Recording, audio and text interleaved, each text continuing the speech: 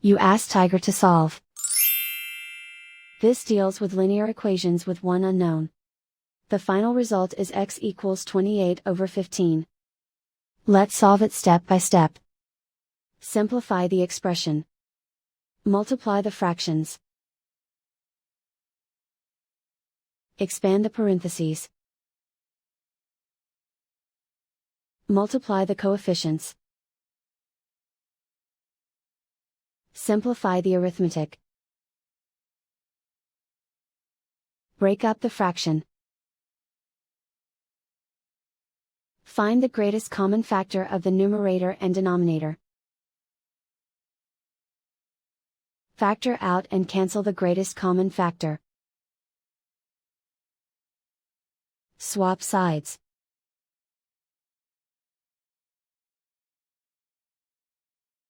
Group all constants on the right side of the equation. Subtract 6 from both sides.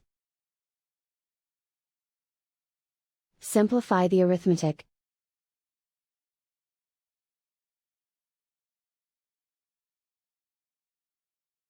Isolate the x. Multiply both sides by inverse fraction 4/15. Group like terms.